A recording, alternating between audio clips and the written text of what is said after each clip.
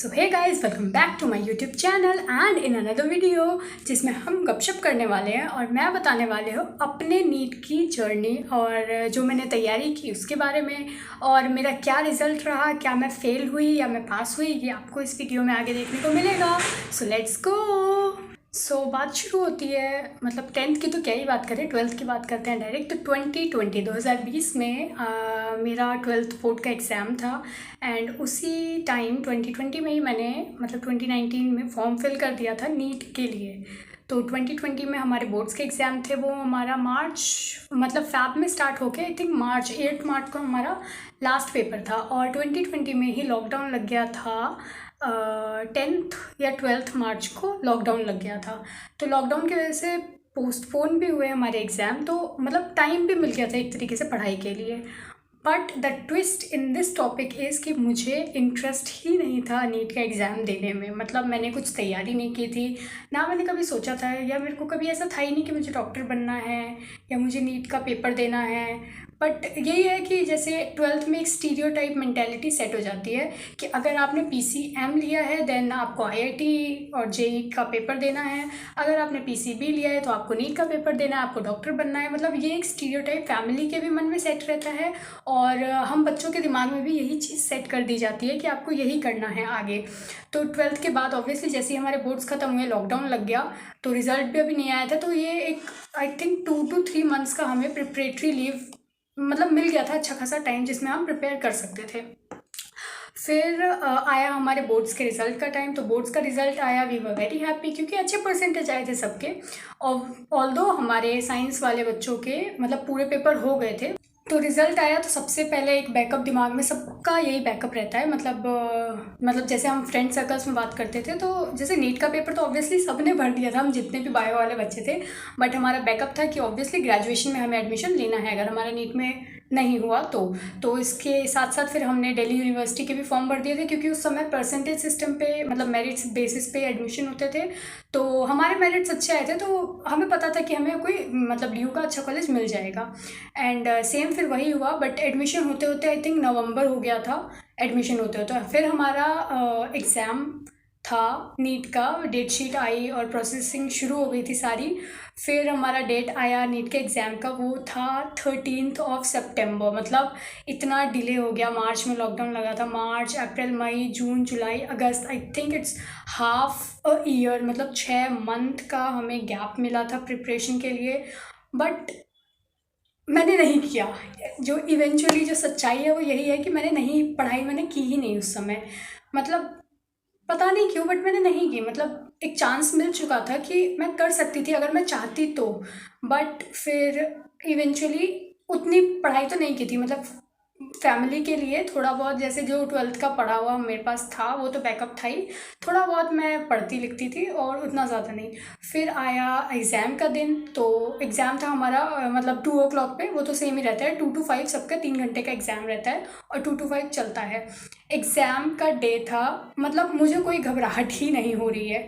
मैं यूट्यूब पे वीडियोस देख रही हूँ, बच्चे मतलब ऑब्वियसली सब अपना अपना बताते हैं कि ऐसा होता है ऐसा होता है। मुझे ना घबराहट हो रही है ना मुझे कोई टेंशन हो रही है, मतलब कुछ हो ही नहीं। फिर इवेंचुअली पापा निकले बाइक पे लेके, एग्ज़ाम सेंटर थोड़ा सा दूर था, आई थिंक 1 घंटे का रास्ता था हमारा।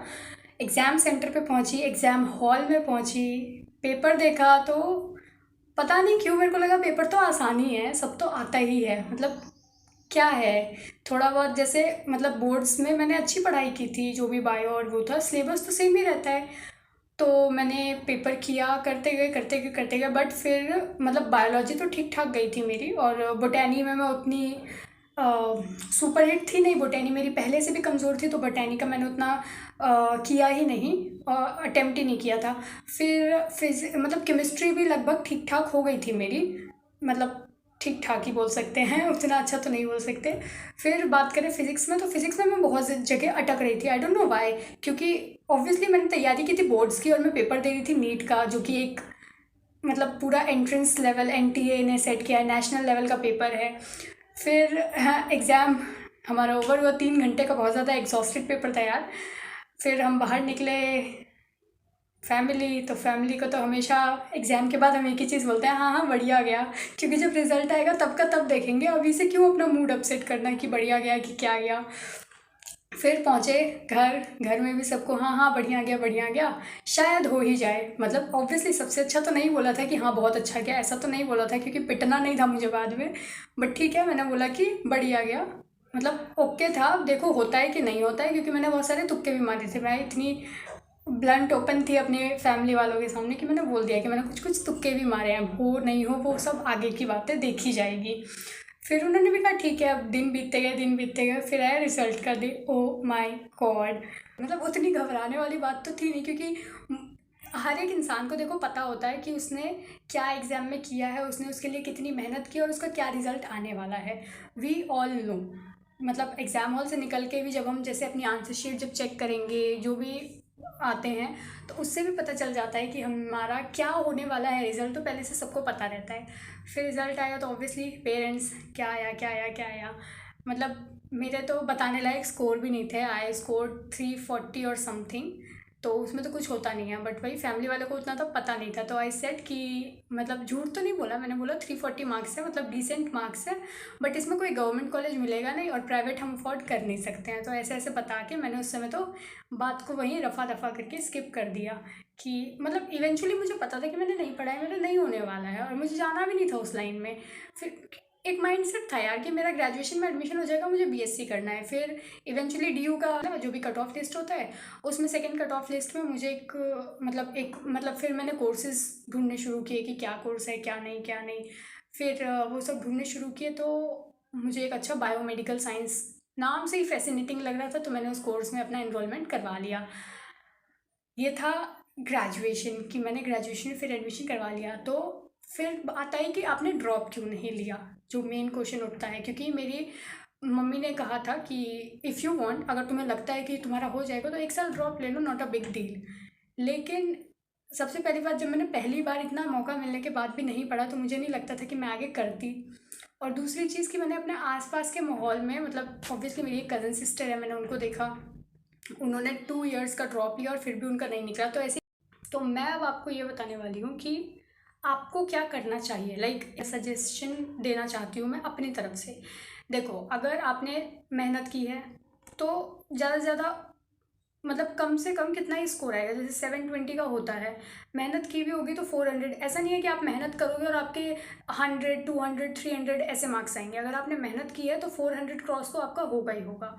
इफ़ दिस, अगर आपको देखो लगन है, और ऐसा नहीं बोल रही कि 100 वाला भी नहीं कर सकता है। इफ़ यू आर मतलब विलिंग कि नहीं आपको करना ही है, तो आप एक साल का ड्रॉप लो, एकदम जी भर के तैयारी करो। कोई बिग डील नहीं है ड्रॉप लेने में, उम्र कहीं नहीं भागी जा रही है। एक साल ड्रॉप लेके आपने क्लियर कर लिया, अगले 5 साल में आप वो डिग्री ले लोगे जो हम ड्रॉप करके नहीं ले पाए, ये बात है। बट टाइम वेस्ट करना, आपको अगर पता है कि आप नहीं कर पाओगे, जैसे मेरे केस में मुझे पता था कि मेरे को वो नहीं करना था। मतलब कर पाऊंगी या नहीं वो आई डोंट नो, बट मुझे वो नहीं करना था। मैंने कभी सोचा ही नहीं कि मुझे वो चीज़ करनी है। तो जब आपको वो चीज़ नहीं करना है तो फिर आप उस चीज़ को छोड़ो, क्योंकि उसके अलावा भी there are many options you can explore. धीरे धीरे आप आगे जैसे जैसे बढ़ते जाओगे, आपको बहुत सारे ऑप्शंस मिलते जाएंगे और आप एक्सप्लोर करोगे। मैं एक एग्जांपल देके आपको समझाना चाहती हूँ। मेरे केस में, मेरे कॉलेज में, जिसमें मैंने एनरोल कराया था ग्रेजुएशन के लिए, उसमें एक लड़की थी, मैं नाम डिस्क्लोज़ नहीं करूँगी, but she got very good rank in NEET. And उसके बाद उसको बहुत अच्छा मौलाना आज़ाद कॉलेज मिला था। मतलब इतनी अच्छी अपॉर्चुनिटी छोड़ के वो लड़की ग्रेजुएशन में उसने एडमिशन लिया, जस्ट बिकॉज क्योंकि उसको रिसर्च में इंटरेस्ट था, एंथुजियाज्म था और उसे साइंटिस्ट लाइन में जाना था। आप समझ सकते हो कि इतनी बड़ी अपॉर्चुनिटी, नीट का इतना अच्छा रैंक, इतना अच्छा कॉलेज छोड़ के ग्रेजुएशन में आना is not a big deal. मतलब बहुत बड़ा जज्बा चाहिए उसके लिए कि नीट छोड़ के इस कॉलेज में आना। बट ऑब्वियसली वो एंथुजियास्टिक थी अपने फील्ड को लेके कि उसे वही चीज़ करनी है, उसे उसे यही सब फैसिनेटिंग लगता था, रिसर्च। हम पूरा टाइम कॉलेज में मैंने अपने साथ उसे देखा है। वो एक बुक वर्म थी, उसको बुक पढ़ना बहुत पसंद आता था। मतलब ऐसा नहीं उसे हैंग आउट करना पसंद नहीं था, she always use to hang out with us. लेकिन वो अपने फ्री टाइम में she loves to read, like biology book, research paper, journals etcetera, ये सब पढ़ना उसे बहुत अच्छा लगता था। आफ्टर ग्रेजुएशन पास करते ही शी एनरोल्ड इन लंदन की the best university, that is imperial college and Kings college, 2-3 more university, and she got admission in imperial college, and now she is doing master in research in cancer studies, which is her dream. like उसको cancer studies पे अपने research thesis अपनी आगे करनी थी, and she is doing it. मतलब बहुत कुछ है इस फील्ड में। अगर ऐसा नहीं है कि नीट किया तो किया, नहीं तो फिर कुछ नहीं। डीमोटिवेट कभी नहीं होना है। क्या पता नीट ना हो तो कुछ और सही, आपको बस ये देखना है कि आपको क्या चीज़ फैसिनेट करती है और आप क्या चीज़ कर सकते हो, आपका क्या पोटेंशियल है। फिर वो चीज़ के हिसाब से आप अगर ड्रॉप लेना चाहते हो, you can go ahead with it. अगर आपको पता है आपको इंटरेस्ट नहीं है कि आपको डॉक्टरी नहीं करनी है, देयर आर मेनी लाइन्स। और ऑब्वियसली द मेन थिंग कि आप, जैसे आपने 11th-12th में बायो लिया, इट्स नॉट नेसेसरी कि आप आगे बायो से ही अपना करोगे। The best thing about science student is this only कि आप कुछ भी कर सकते हो। लाइक आप कॉमर्स का भी कोई कोर्स कर सकते हो। आपने ग्रेजुएशन की, आप MBA में जा सकते हो। आपको ये साइंस पसंद नहीं आ रही, आपने ग्रेजुएशन की, आपको सिविल सर्विसेज में जाना है, आप आर्ट्स लाइन में जा सकते हो, आप सिविल सर्विसेज का एग्ज़ाम दे सकते हो। You can do any thing what ever fascinates you, what ever like आपको जिसमें भी पसंद है। ऑब्वियसली देखो, अगर आपको समझ नहीं आ रहा है कि आपको क्या चीज़ अच्छी लगती है, तो कॉलेज में सोसाइटीज़ होती हैं। जब आप कॉलेज ज्वाइन करोगे, आपको धीरे धीरे आपका इंटरेस्ट डेवलप होगा कि आपको डांस पसंद है, आपको ड्रामेटिक्स पसंद है, आपको रीडिंग पसंद है, आपको क्या पसंद है, आपको मैनेजमेंट पसंद है, आप MBA में जाओ, आप सेल्स में जाओ, मतलब जो चीज़ आपको बेस्ट लग रही है।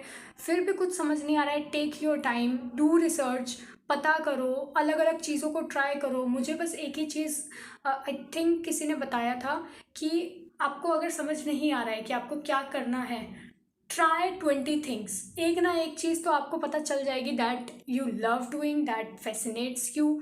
तो ट्राई आउट 20 थिंग्स, मतलब आप पहले ट्राई करो। जैसे जैसे आप ट्राई करोगे, आपने एक चीज़ ट्राई की, नहीं मज़ा नहीं आया, आपने 2 चीज़ ट्राई की, जब आप 20 चीज़ें ट्राई करोगे तो एक ना एक तो कन्फर्म्ड है कि आपको पसंद आएगा, एंड आप उसमें फिर उस फील्ड में आप अपना आगे कुछ भी कर सकते हो। मतलब फील्ड्स की कमी नहीं है। NEET is not the only thing जो बायो वाले स्टूडेंट करते हैं, बट ये एक स्टीरियोटाइप हमारे सोसाइटी में बन गया है कि NEET is the only thing. So बाहर निकलो इस स्टीरियोटाइप से। There are many thing, many jobs, many, मतलब बहुत कुछ है आपके करने के लिए। बाकी all the best, very best for your results. भगवान करे आप सबके बहुत अच्छे मार्क्स आएँ, एंड नहीं भी आता है तो don't get disheartened. If you want to take a drop, you can go ahead, कोई भी प्रॉब्लम नहीं है। कभी ये सोच के मत रीच करना और 1 साल बर्बाद हो जाएगा। Age is just a number. आप ट्राई करो, हो जाता है well and good, very good. नहीं होता है, डोंट गेट डिसहार्टेंड। और भी बहुत सारे कोर्सेज हैं, एडमिशन लो, कोई बात नहीं, ग्रेजुएशन करो। ग्रेजुएशन के बाद आपको और एक्सप्लोर, अगर आप जिस ग्रेजुएशन में आपको 3 साल का टाइम मिलेगा, आप और एक्सप्लोर करने लगोगे कि आपको और क्या क्या चीज़ें हैं जो आप आगे कर सकते हो। साइंस में मज़ा नहीं आ रहा, कोई बात नहीं, शिफ्ट कर लो, कॉमर्स में चले जाओ, आर्ट्स में चले जाओ, कुछ तो होगा आपके लिए, कुछ तो बना होगा, आपको कुछ तो फैसिनेट करता होगा यार। बहुत सारी चीज़ें हैं, बहुत सारी। आप किसी न किसी फील्ड में जाओ, देखो आपको जो पसंद आता है वो करो। और सबसे पहली बात कि जो चीज़ आपको पसंद आ रही है सिर्फ वही चीज़ करो, क्योंकि जो चीज़ नहीं पसंद है आप उसमें ज़्यादा देर नहीं टिक सकते, वो ज़बरदस्ती का काम होता है। आई डोंट थिंक सो कि कोई भी उसमें फिर सक्सेसफुल हो पाएगा। तो all the best for your results, and thank you for watching my video अच्छी लगी है तो like, share and subscribe to my YouTube channel. और कमेंट में बताओ कि आपको और क्या क्या देखना है, क्या क्या जानना है मेरी स्टोरी से। और भी आपको कोई डाउट है तो कमेंट सेक्शन में लिखो, I will give a thumbs up, and आपका आंसर ज़रूर मिलेंगे। Bye bye.